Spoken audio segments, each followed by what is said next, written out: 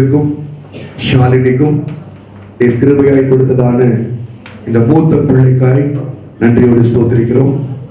இந்த குமாரனுடைய பிறந்த நாளை ஆண்டவரே நாங்கள் இந்த நாளிலே கொண்டாடும்படியாக மாத்திரமல்ல, நீர் இந்த குழந்தைக்கும் தாய்க்கும் தகப்பனுக்கும் பாராட்டின நன்மைக்காக நன்றி சொல்லி இயேசுவாகி உம்மிடத்திலே எங்களை நாங்கள் ஒப்புக் கொடுக்கத்தக்கதாக நீர் எங்களுக்கு பாராட்டுகிற தயவுக்காய் நன்றியோடு ஸ்தோத்திரிக்கிறோம். தொடர்ந்து கிருபை எங்களோடு இருந்து வழி நடத்தட்டும். இயேசுவின் நாமத்தில் கேட்டுக்கொள்கிறோம் நல்ல பிதாவே. இன்று மகிழ்வோம், அக்களிப்போம், அல்லேலூயா பாடுவோம். இன்று மகிழ்வோம், அக்களிப்போம், அல்லேலூயா பாடுவோம். அல்லேலூயா தோல்வியில்லை, அல்லேலூயா வெற்றி உண்டு. அல்லேலூயா தோல்வியில்லை, அல்லேலூயா வெற்றி உண்டு. ஆண்டவர் படைத்த வெற்றியின் நாம் இது. இன்று மகிழ்வோம், அக்களிப்போம், அல்லேலூயா பாடுவோம்.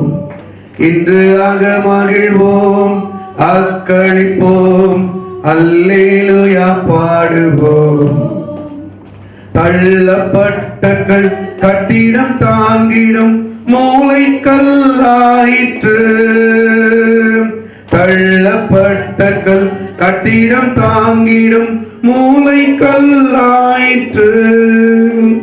கர்த்தர் செயல் இது, அதிசயம் இது, கைத்தட்டி பாடுங்க.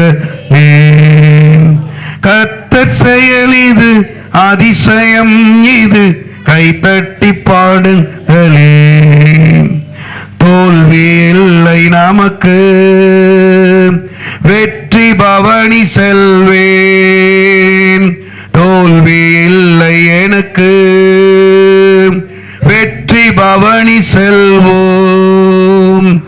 ஆண்டவர் படைத்த வெற்றியின் நாள் இது. இன்று மகிழ்வோம், அக்களிப்போம், அல்லேலூயா பாடுவோம். இன்று மகிழ்வோம், அக்களிப்போம், அல்லேலூயா பாடுவோம். அல்லேலூயா தோல்வி இல்லை, அல்லேலூயா வெற்றி உண்டு. அல்லேலூயா தோல்வி இல்லை, அல்லேலூயா வெற்றி உண்டு. இப்பொழுதும் கர்த்தர் இந்த பிள்ளையை அருமையான தம்பதிக்கு கொடுத்ததான இந்த நல்ல நாளிலே அவர்களுடைய வீட்டில் இருந்த ஒருவர் நம்மத்திலே இயேசு அவர்களுக்கு பாராட்டின அந்த நன்மைக்காய் சாட்சி சொல்லுவார்கள். இப்பொழுதும் சகோதரியை முன்பதாய் வரும்படியாய் அழைக்கிறேன். வாங்க சிஸ்டர். ஸ்தோத்திரம். கர்த்தருடைய நாமத்தினாலும் உங்கள் எல்லோரும் வரவேற்கிறோம். ஆண்டோட உன்னதமான நாமத்தில் கர்த்தர் நல்லவர், அவர் கிருபை என்றும் உள்ளது, அவர் மாறாத நேசரா இருக்கிறார். அல்லேலூயா. எங்க குடும்பத்திலையும் தேவன் அற்புதமா ஒரு கனியை கொடுத்திருக்கிறார். அல்லேலூயா. நாங்க எதிர்பார்க்கவே இல்லை. எனக்கு ஒரு மருமகளுக்காக நாங்க செபித்தோம். ஆனா மகள் எங்களுக்கு கொடுத்த தேவனுக்கு கோடானு கோடி ஸ்தோத்திரம். அருமையான மகள் என்னோடு கூட ஜெபிப்பாள், என்னோடு கூட எல்லாவற்றிலும் ஒத்தாசை கொடுப்பாள். கர்த்தர் நாமத்துக்கு ஸ்தோத்திரம் உண்டாவதாக. நாங்க ஜெபித்தது போல கர்த்தர் தந்தார். அதுவே பெரிய ஒரு கிஃப்டா நாங்க நினைச்சிட்டு இருந்தோம். மகள் கிட்ட நானே சொன்னேன், ஹாஸ்பிட்டல் போவோமா, டாக்டர் பார்ப்போமா. எங்க மகள் அழகா விசுவாசமா சொன்னார், 1 வருஷம் பார்க்கலாமா அப்படின்னு சொன்னா. ஆனா அவளுக்கு ரொம்ப விசுவாசம். 2 பேரும் நாங்க சேர்ந்து கை கோர்த்துல ஜெபிப்போம். அப்படி ஜெபிக்கும் போது அவங்க போன வருஷம் அவங்க பர்த்டே நவம்பர் 15th அவங்க பர்த்டே.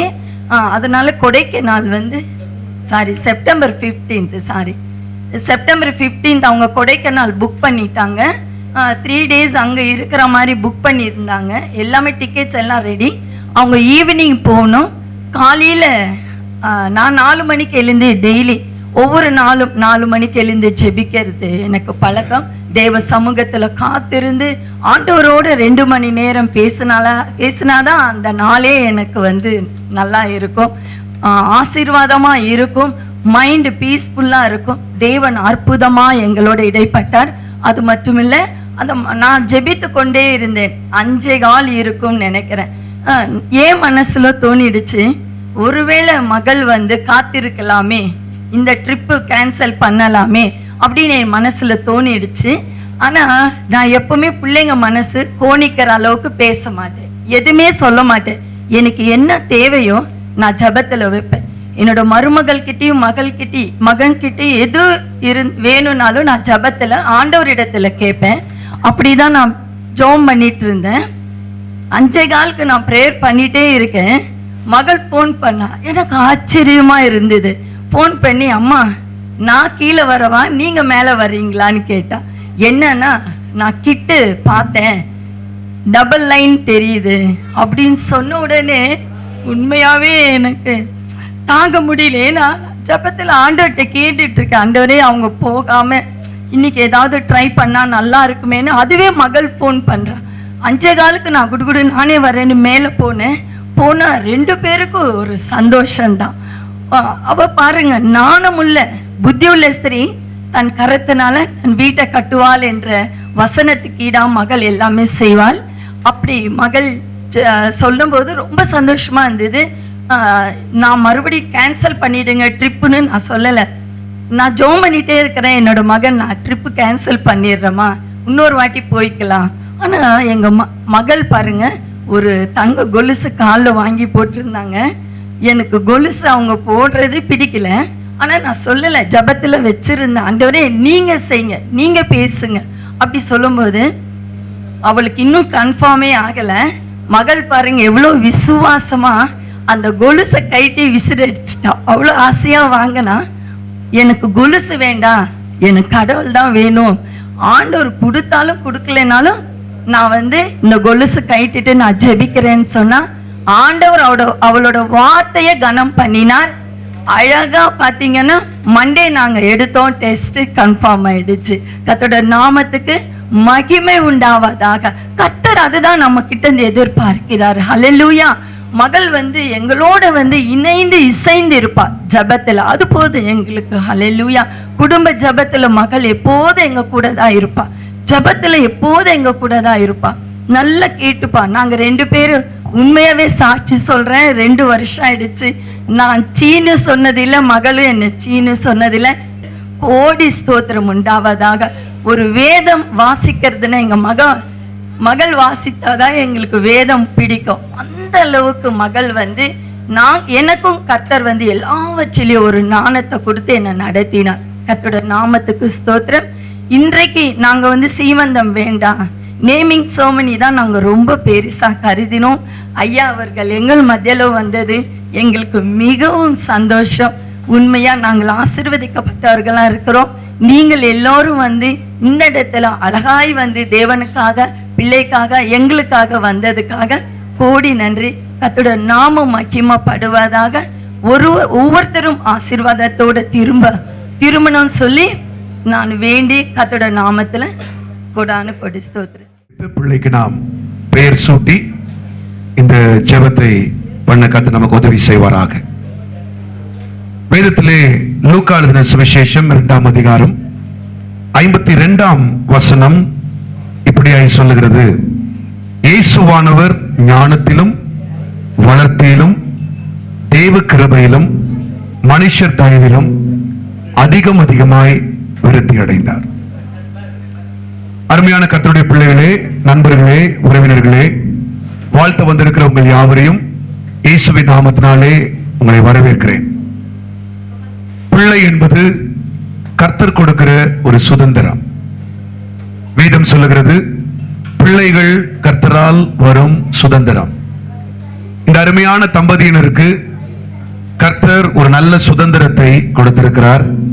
அதுவும் ஆண் பிள்ளையை சுதந்திரமாக கொடுத்திருக்கிறார். சுதந்திரம் என்கிறது பழைய வார்த்தையாய் உங்களுக்கு தெரிந்தாலும் சொத்து என்பதுதான் அதனுடைய அர்த்தம்.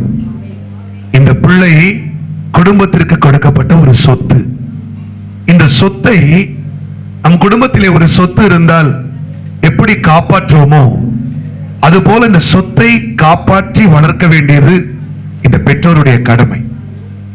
2024 வாழ்கிற நமக்கு பிள்ளைகளை வளர்ப்பது ஒரு மிகப்பெரிய சவால். அந்த நாட்கள் பிள்ளைகளை வளர்ப்பது வேறு.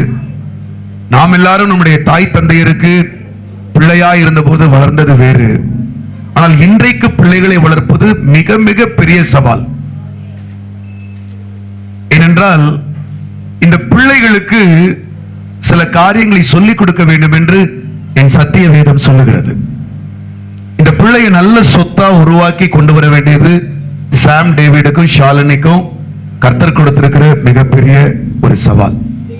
இன்னைக்கு நம்ம எல்லாம் வந்திருக்கிறோம், பிள்ளையை ஆசீர்வதிக்கிறோம், பிள்ளைக்கு கிஃப்ட் கொடுக்கிறோம், பிள்ளைய வாழ்த்துறோம். ஆனால் இதற்கு பிற்பாடு இந்த பிள்ளையை வளர்த்து கொண்டு வர வேண்டியது அவர்கள் கையில் இருக்கிற மிகப்பெரிய கடமை. ஏனென்றால் ஒரு பிள்ளை கரும் தரிக்கும் போதே என் வேதம் சொல்லுகிறது, அந்த பிள்ளைக்கான நோக்கமும் திட்டமும் சொல்லப்பட்டிருக்கிறது. இவர்கள் இருவருக்கும் இந்த பிள்ளையை கர்த்தர் கொடுத்திருக்கிறார் என்றால், ஒரு கிறிஸ்தவ குடும்பத்திலே, இயேசுவை ஏற்றுக்கொண்ட குடும்பத்திலே, அதுவும் அந்த சகோதரி சொன்னார்கள், நாங்கள் ஜெபிப்போம், குடும்பத்திலே ஒவ்வொரு நாளும் நாங்கள் ஜெபிக்கிறோம், வேதத்தை வாசிக்கிறோம் என்று சொல்லும் பொழுது அந்த குழந்தையின் மீது கர்த்தருடைய திட்டம் உண்டு. அந்த குழந்தையை இப்படிதான் வளர்க்க வேண்டும் என்று சொல்லி வேதம் சொல்லிக் கொடுக்கிறது. 4 காரியத்திலே ஒரு பிள்ளை வளர வேண்டும். நம்ம எல்லாருக்கும் தெரிந்த ஒரு பாடல் உண்டு, ஆளும் வளரணும், அறிவும் வளரணும், அதுதான் மனுஷ வளர்ச்சி. ஆனால் நான் 2 முக்கியமான காரியங்கள் அதோடு கூட சேர்க்கிறேன். இப்பொழுது வாசித்த வசனத்திலே இயேசு கிறிஸ்து குழந்தையாய் பிறந்த பொழுது 4 காரியங்களிலே அந்த குழந்தை வளர்ந்ததாக வேதம் சொல்லுகிறது. நம்பர் 1, முதலாவதாக அந்த குழந்தை வளர்ந்தது ஞானத்திலே. இதை சைக்காலஜில, உளவியல்ல சொல்லுவாங்க, இன்டெலிஜென்ட் கோஷன்ட் என்று சொல்லுவார்கள். அறிவு பகுதி ஒரு குழந்தை வளரணும். 2வது வளர்த்தி, பிசிக்கல் கோஷன்ட் சொல்லுவோம், அதாவது உடல் வளர்ச்சி. அறிவு வளரணும், உடல் வளரணும். இது 2 நமக்கு தெரிந்த வளர்ச்சி. 3வது ஒரு வளர்ச்சி பைபிள் சொல்லுது, தேவ கிருபை. அந்த தேவ கிருபை தான் ஸ்பிரிச்சுவல் கோஷன்ட் சொல்லுவோம், ஆவிக்குரிய வளர்ச்சி. 4வது வேதம் சொல்லுகிறது மனுஷர் தயவு. இதைதான் இமோஷனல் கோஷன். இதை நாளைக்கு நான் உங்களுக்கு சொல்றேன். உங்களுக்கும் பிள்ளைகள் உண்டு, பிள்ளைகள் வளர்க்கிறீர்கள். இந்த 4லும் ஒரு பிள்ளை, ஆம்பளை பிள்ளையோ பொம்பளை பிள்ளையோ, அது வளரும் பொழுதுதான் சமுதாயத்துக்கும் குடும்பத்துக்கும் மற்ற எல்லாருக்கும் அது பயன்படும். இப்ப இந்த குழந்தைக்கு நம்ம பேர் வைக்க போறோம். பெற்றோர் என்ன சொல்லிட்டாங்க, ஸ்டீவ் பால் டேவிட். சரியாப்பா? ஆமா, அன்வைல் பண்ணுவாங்க. ஸ்டீவ் பால் டேவிட்னு பாஸ்டர் பேர் வைக்கணும்னு சொல்லிட்டாங்க.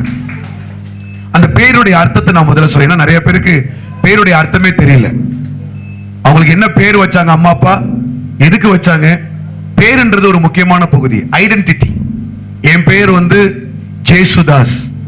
எங்க அம்மா அப்பா எனக்கு பேர் வைக்கும் போது அவங்க ஆண்டவர்ட்ட கேட்டதான வார்த்தை என்னன்னா, இந்த பையனை நீங்க எங்களுக்கு கொடுக்குறீங்க. 5 பொம்பளை பிள்ளைக்கு அப்புறம் கர்த்தர் என்ன கொடுத்தாரு எங்க அப்பா அம்மாக்கு. ஏன் கொடுத்தாருன்னு எங்க அம்மா அப்பா கேட்டாங்க.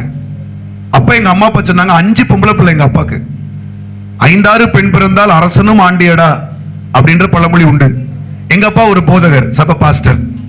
அப்ப என்ன கேக்குறாங்க, 6வது இந்த பையன் எதுக்கு? அப்ப ஆண்டவர் சொல்றாரு, இவனை நான் ஏன் கொடுத்திருக்கேன்னா, இந்த பையனை இவனுக்கு ஜேசுதாஸ்ன்னு பேர் வைக்கணும். ஜேசுதாஸ்னா என்ன? தாஸ் என்றால் வேலைக்காரன், தாசன். ஜேசு அப்படின்னா இயேசு. இயேசுவுக்கு ஊழியக்காரன் இவன். அவனை உங்களுக்கு கொடுக்கிறேன், நீங்க அவனை ஊழியக்காரனா வளர்க்கணும். அப்ப சின்ன வயசுல இருந்து என்கிட்ட எங்க அப்பா சொல்லிட்டே இருப்பாங்க, நீ என்னதான் படிச்சாலும், நான் நன்றாக படித்தேன். நான் லயோலா கல்லூரியில் 5 ஆண்டுகள் படித்தேன். பிஏலயே எம்ஏலயே 2 கோல்டு மெடல் வாங்கினேன். அதே கல்லூரியிலேயே எம்ஃபில் முடிச்சேன், பிஎட் முடிச்சேன், பிஹெச்டி முடிச்சேன், டாக்டரேட் பட்டம் வாங்கினேன், ப்ரொஃபஸரா சேர்ந்தேன். அந்த கல்லூரியில் 5 ஆண்டுகள் இருந்தேன். நல்ல ஞானத்தை கர்த்தர் கொடுத்தாரு. இதெல்லாம் எதுக்கு கொடுத்தாரு? இந்த பிள்ளைக்கும் ஒரு கிறிஸ்தவ குடும்பத்தில் கொடுத்திருக்கிறார்னா, கர்த்தர் நல்ல ஞானத்தை கொடுப்பார். ஆனா கொடுக்கறதெல்லாம் எதுக்குன்னு நம்ம கேட்கணும். இன்னைக்கு அதான் நம்ம பார்க்க போறோம். நம்ம எல்லாருக்கும் பிள்ளைகளை கற்றுக் கொடுக்கிறார். அந்த பிள்ளைகளுக்கு கர்த்தர் ஞானத்தை கொடுக்கிறார். அடுத்தது வளர்த்தியை கொடுக்கிறார். அடுத்தது அந்த குழந்தை எப்படி பிஹேவ் பண்ணணும், அது ரொம்ப முக்கியம். அடுத்தது அந்த பிள்ளைக்கு ஆவிக்குரிய காரியம் வேணும். இது 4 இருந்தா இந்த உலகத்துல அந்த குழந்தை சக்சஸ்ஃபுல் ஆயிடும். முதல்ல அந்த குழந்தைக்கு எது தெரியுமா கொடுக்கணும்? ஸ்பிரிச்சுவல் கோஷன், ஆவிக்குரிய தேவை. இன்னைக்கு நிறைய பிள்ளைகளுக்கு கடவுளை பத்திய பக்தி இல்லை. நான் சில யூத் பிள்ளைங்கிட்ட பேசும்போது பிள்ளைங்க அடிக்கடி என்கிட்ட கேட்கிற கேள்வி என்னன்னா, who is God? who is God? கடவுள் யார்? அவங்க கடவுள் எப்ப தெரியுமா நினைப்பாங்க? ஆஸ்பத்திரிக்கு போகும்போதும் பிரச்சனைகள் வரும்போதும் துன்பங்கள் வரும்போதுதான் கடவுளே என்ற வார்த்தை வரும். ஆனா பிரச்சனைகள் துன்பங்கள் வாழ்க்கையில எல்லாருக்கும் வருங்க. ஆனா வர்றதுக்கு முன்னாலே அந்த குழந்தைக்கு அந்த கடவுள் நல்லா அறிமுகப்படுத்திட்டோம்னா அந்த கடவுளோடு அந்த குழந்தை நல்லா பேச ஆரம்பிக்கும். ஆமென், ஹல்லேலூயா. முதல்ல அந்த குழந்தைக்கு செய்ய வேண்டியதெல்லாம் எப்படி ஜெபிக்கணும்னு கத்துக் கொடுக்கணும். அம்மா அப்பா எப்படி கத்துக்கும் அந்த பிள்ளை? நீங்க 2 பேரும் முழங்கால் படிடும் போது அது முழங்கால் படிடும். என் மனைவியோட தங்கச்சி பொண்ணு ஒருத்தி இருக்கா, சின்ன பிள்ளை. அவளுக்கு இப்போ ஒரு 3 வயசு இருக்கும். நைட் என்கிட்ட பெரியப்பான்னு வருவா. வீட்டுக்கு வந்துட்டு நான் முழங்கால் போட்டு ஜெபம் பண்ற அதே இடத்துல அவளும் முட்டி போடுவா டெய்லி நைட்டு. எதனால அந்த குழந்தை முட்டி போடுதுன்னா, ஒரு பெரியவங்க வீட்டுல முழங்கால் படிட்டு ஜெபிக்கும் போது அந்த குழந்தை முழங்கால் படிட்டு ஜெபிக்கும். அப்ப first the child looks for role model. அதுக்கு முன்னால யாரோ ஒரு மாடல் அதை எதிர்பார்க்குது. அதனாலதான் வேதம் சொல்லுது இந்த 4லயும் இந்த குழந்தை நல்லா வரணும்.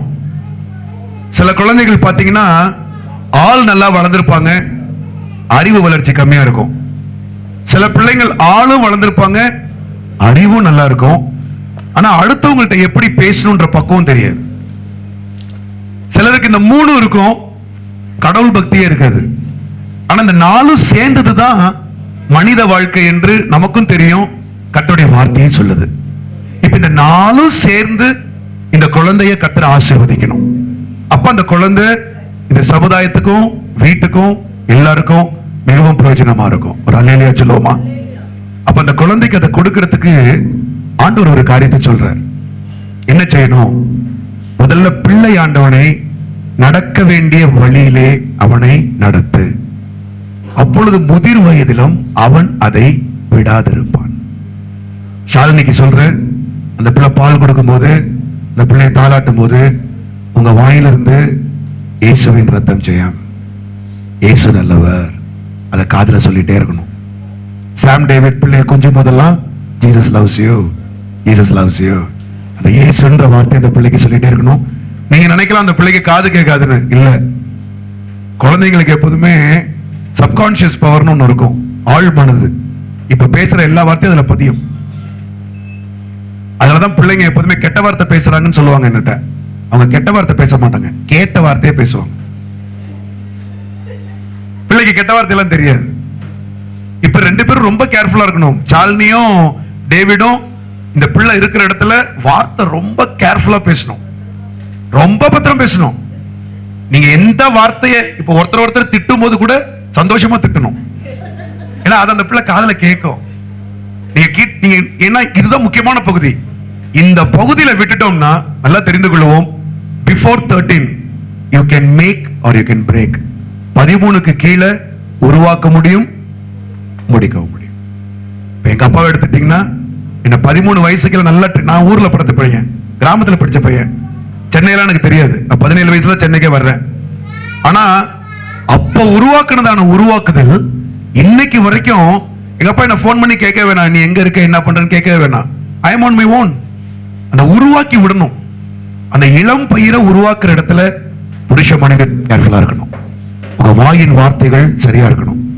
இந்த பிள்ளைக்கு முன்னாடி எந்த தவறான வார்த்தையும், வசனம் நிறைய சொல்லிட்டே இருக்கணும். ஆண்டவர் சொல்றாரு உங்க 2 பேருக்கும், பைபிள்ல சொல்லியிருக்கிறாரு உபாகமம் 6ஆம் அதிகாரத்துல, நீ உட்காரும் போதும், நீ எழுந்திருக்கும் போதும், நீ நடக்கும் போதும், நீ படுத்திருக்கும் போதும், இந்த 4 காரியம். உட்கார்றப்ப, எழுப்புறப்ப, நடக்கிறப்ப, படுத்திருக்கிறப்ப இந்த வசனத்தை அந்த பிள்ளைகிட்ட பேசிட்டே இருக்கணும். நமக்கு எல்லாருக்கும் உதாரணம் ஒண்ணு தெரியும். உலகத்திலேயே ஒரு நாடை நோக்கி உலகத்தில் இருக்கிற எல்லா நாடும் பார்க்கும். அந்த நாட்டுக்கு பேரை கேட்டா நீங்க எல்லாரும் சொல்லுவீங்க, இஸ்ரவேல் தேசம். Every nation is looking forward to Israel. Israel என்ற ஒரு நாடு சென்னை அளவுதான். ஆனால் அந்த சின்ன குட்டி நாடு உலகத்தையே மிரட்டும். இதுவரைக்கும் 950 நோபல் பரிசு பெற்றிருக்கிறார்கள் உலகத்துல. அதுல 750 நோபல் பரிசு பெற்றது யூதர்கள், ஜூஸ். ஆச்சரியமா இருக்கும். கொரோனாக்கு முதல் ஸ்புட்னிக் ரஷ்யால கண்டுபிடிக்கிறதுக்கு முன்னால அந்த ஆஸ்ட்ராசெனகான்ற கம்பெனிக்கு முதல் கொரோனாக்கான தடுப்பூசியை கண்டுபிடிச்சது இஸ்ரேல் தேசம். இன்றைக்கும் இஸ்ரேல் தேசம் என்றாலே உலக நாடுகள் எல்லாம் பயப்படும். ஏன் அந்த தேசத்தின் மீது அவ்வளவு ஒரு கருத்துனா, அந்த தேசத்துல இருக்கிற பெண்கள்கிட்ட போய் நீங்க கேட்டீங்கன்னா முதல்ல அந்த பெண்கள் சொல்லுவாங்க, இந்த பிள்ளை பிறந்த உடனே அந்த பிள்ளைக்கு 12 ஆண்டுகள் அவங்களுடைய தேவனை பத்தி சொல்லி கொடுப்பாங்க. 12 இயர்ஸ். பைபிள்ல இருக்கிற ஆதியாகமத்திலிருந்து உபாகமம் வரைக்கும் 5 புத்தகங்களை அங்க இருக்கிற எல்லா பிள்ளைகளும் மனப்பாடமா சொல்லுவாங்க, பை ஹார்ட். புத்தகம் 2வது தான் கொடுப்பாங்க, ஃபர்ஸ்ட் காட்.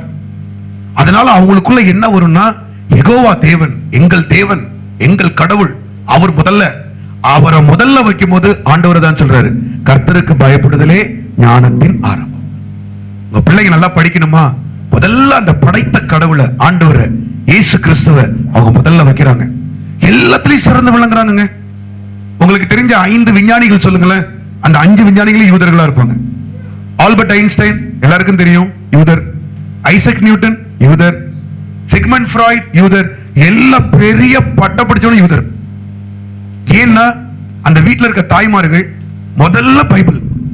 நான் இன்னைக்கு சொல்றேன், இந்த பிள்ளைய கர்த்தர் நல்லா ஆசீர்வதிச்சு ஸ்டீவ் பால் டேவிட நல்ல ஞானத்துல கர்த்தர் சிறந்து விளங்க வைக்கிறதுக்கு உங்க 2 பேர் கையில கர்த்தர் கொடுக்கிறாரு. ஃபர்ஸ்ட் ஜெபத்தையும் வசனத்தையும் நல்ல மனப்பாடம் பண்ண வைக்கணும்.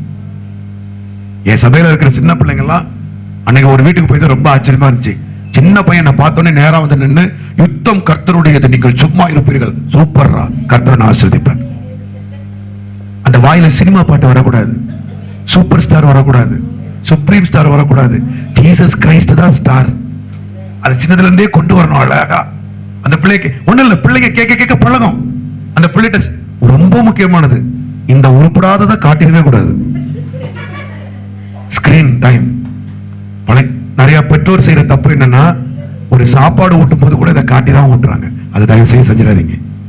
ஐ அட்வைஸ் யூ, இதை செஞ்சு பாருங்க. இதை காட்டி சாப்பாடு கொடுக்காதீங்க.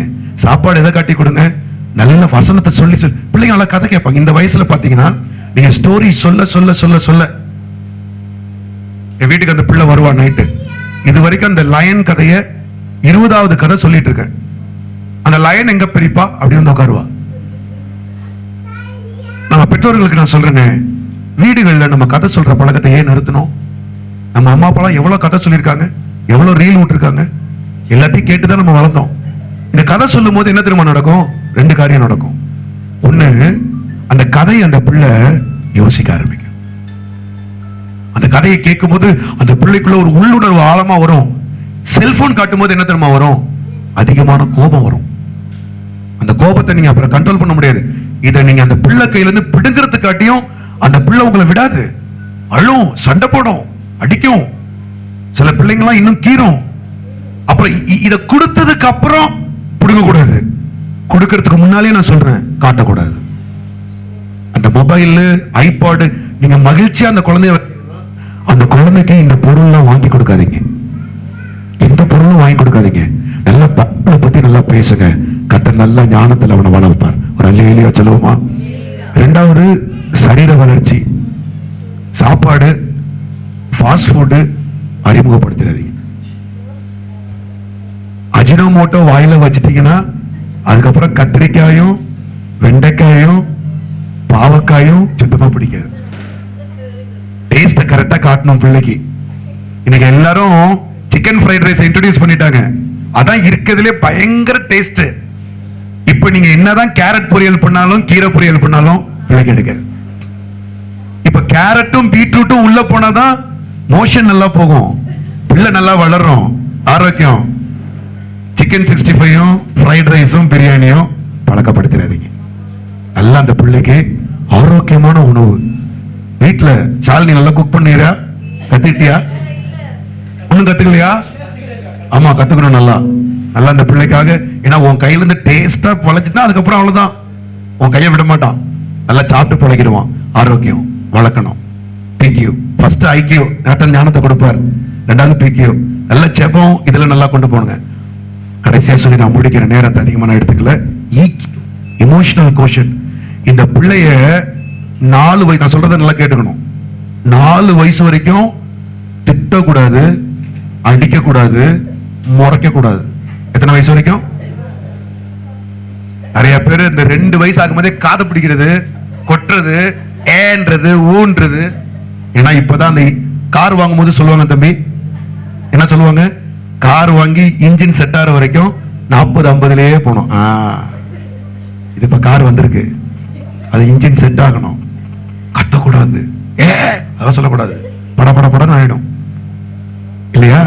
4 வயசு வரைக்கும் நல்லா நல்லா கொஞ்சிறது, கூட்ட போறது, வர்றது. தவறு பண்ணும்போது நல்லா சிரிச்சுட்டே அந்த பிள்ளைய அப்படி மாத்தணும். பிள்ளை எந்த இடத்துல அது இப்ப பாருங்க, இது வேணும் இது வேணும் அடம்பிடிக்கிற இடத்துல வேற ஏதாச்சும் மாத்தி விடணும். அந்த பிள்ளைய அங்க பாரு, அங்க பாரு, இது பாரு, அப்படி மாத்தினா டைவர்ட் ஆயிடும். 4 வயசு வரைக்கும். 4 வயசு முடிஞ்ச உடனே ஃபர்ஸ்ட் ஆரம்பிக்க வேண்டிய இடம் அடி, முட்டிக்கு கீழே. இதெல்லாம் நல்லா ஃபாலோ பண்ணிக்கணும். வீடியோ திருப்பி போட்டு கேட்கணும். அப்புறம் திருப்பி 5 வருஷம் கழிச்சு பாஸ்டர் கீழ்ப்படிய மாட்டான்னு கொண்டு வரக்கூடாது. அதனாலதான் இப்பயே எல்லாத்தையும் விதைச்சிட்டு போறேன். இதெல்லாம் பெரிய விதை, நல்லா கேட்டுக்கோங்க. 4க்கு மேல அப்படி சேட்டை பண்ணும்போது காலுக்கு கீழே இப்ப அடிக்கிறாங்க அம்மா அப்பான்னு தெரியுது. அதுக்கப்புறம் கண்ணுல கொண்டு வரணும். உங்களுக்கு புரியலன்றத கண்ணுல கொண்டு வரணும். நான் அடுத்த பர்த்டேக்கு வரும்போது அதெல்லாம் சொல்றேன், சரியா? இப்போதைக்கு அந்த பிள்ளைய நல்லா யாரும் அடிக்கிறது அதெல்லாம் எதுவுமே செய்யக்கூடாது. நல்லா சிரிக்கணும். 2 பேருக்கு நல்லா சிரிக்க தெரியணும். நீங்க சிரிக்க சிரிக்க அந்த குழந்தை நல்லா சிரிக்கும். ஒரு அலையா சொல்றீங்களா? ஆமா. இதெல்லாம் நான் எதுக்கு சொல்றேன்னா, பிள்ளைக்குள்ள இப்ப ஒரு உணர்வு பகுதின்னு ஒண்ணு இருக்கு, இமோஷன்ஸ். எல்லாருமே உணர்வுக்கு கட்டுப்பட்டவர்கள். சில பேர்லாம் பாத்தீங்கன்னா திடீர்னு கோவப்படுவாங்க. அவங்க எல்லாம் சின்ன பிள்ளையில இப்படி வளர்க்கல.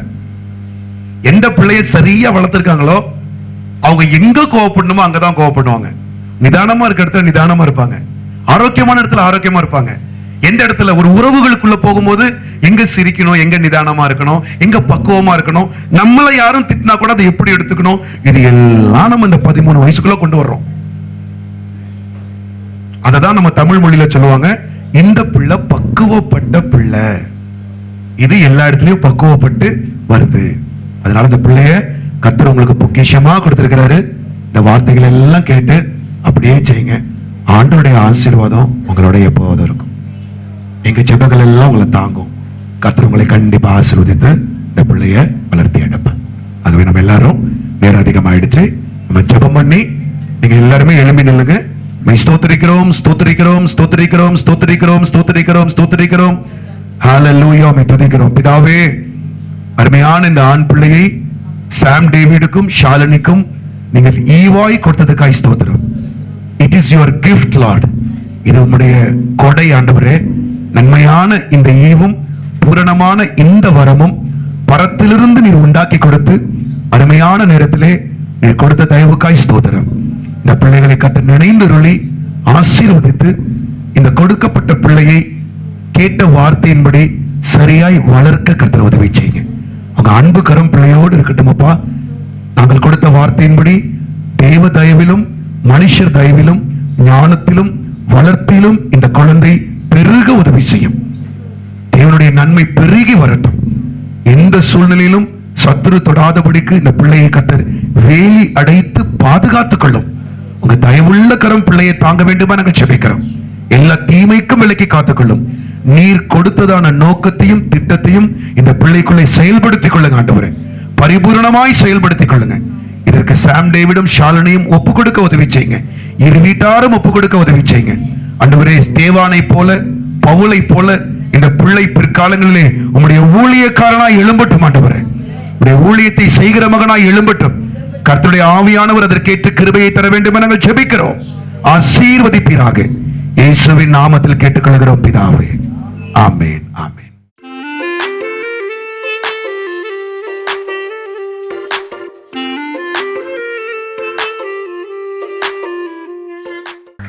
பிள்ளைக்கான பெயர் ஸ்டீவ், இரத்த சாட்சி இயேசு கிறிஸ்துவுக்காக. பால் என்றால் பரிசுத்த பவுல். வேதத்திலே 13 நிருபங்களை எழுதியவர், மிக சிறந்த ஞானவான், நல்ல அப்போஸ்தலர். இந்த குழந்தை கர்த்தருக்காக வைராக்கியமா இருக்கும், பவுலை போல அப்போஸ்தலனா இருக்கும். டேவிட் தகப்பனுடைய பெயர். ஆகவே இந்த பெயரை சூட்டுகிறேன். பிதா, குமாரன், பரிசுத்த ஆவியின் நாமத்தினாலே அருமையான இந்த குழந்தைக்கு ஸ்டீவ் பால் டேவிட் என்கிற பெயரை சூட்டி ஆசீர்வதிக்கிறேன். ஆமென். கைகளை தட்டி நம்ம எல்லாரும் ஸ்தோத்திரிப்போம். ஸ்தோத்திரம், ஸ்தோத்திரம். கடைசியாக ஜெபித்து முடிப்போம். பிதாவே, இந்த நாளிலுமாய் நீர் கொடுத்த நாளிலே அருமையான இந்த தகப்படுக்கும் தாய்க்கும் நீர் தயவு பாராட்டி இந்த குழந்தையை பெற்றெடுக்க நல்ல சுக பிரசவத்தை நீர் கட்டளையிட்டபடியால் ஸ்தோத்திரம். இந்த இரு வீட்டாருக்குள்ளேயும் இருக்கிற இந்த அன்பும் சந்தோஷமும் பெருகட்டும். இந்த குழந்தையை தொடர்ந்து கர்த்தர் ஆசீர்வதித்து நடத்தும். இந்த குழந்தையை வாழ்த்த வந்திருக்கிற ஸ்டீவ் பால் டேவிடை வாழ்த்த வந்திருக்கிற எல்லா உறவினர்கள், விசுவாசிகள், நண்பர்களுக்காக ஸ்தோத்திரம். யாரெல்லாம் தேவையோடு ஆண்டவரே உம்முடைய சமூகத்தில் இருக்கிறார்களோ, குறைவுகளோடு இருக்கிறார்களோ, கர்த்தர் அவர்களையும் ஆசீர்வதித்து நன்மையினால் நிரப்ப வேண்டும் என ஜெபிக்கிறோம். தொடர்ந்து நம்முடைய ஆளுகை கிருபை பிள்ளையோடும் குடும்பத்தோடும் வந்து நடத்தட்டும். துதி கன மகிமையெல்லாம் நாங்கள் செலுத்துகிறோம். இயேசுவின் நாமத்தில் கேட்டுக்கொள்கிறோம் நல்ல பிதாவே, ஆமென். எல்லாரும் சேர்ந்து சொல்லுவோம். ஆவே, கர்த்தரை ஸ்தோத்திரி. கர்த்தர் செய்த சகல உபகாரங்களையும் மறவாதே. ஆமென். நம்முடைய கர்த்தராய் இருக்கிற இயேசு கிறிஸ்துவுடைய கிருபையும் பிதாவாகிய தேவனுடைய அன்பும் பரிசுத்த ஆவியானவருடைய அன்பும் சிநேகமும் பராமரிப்பும் நம் அனைவரோடும், விசேஷமாக ஸ்டீவ் பால் டேவிடோடும் குடும்பத்தோடும் கிறிஸ்துவின் வருகை மட்டும் இருப்பதாக. ஆமென், ஆமென். அல்லேலூயா, அல்லேலூயா, அல்லேலூயா. கர்த்தர் உங்களை ஆசீர்வதிப்பாராக. ஆமென்.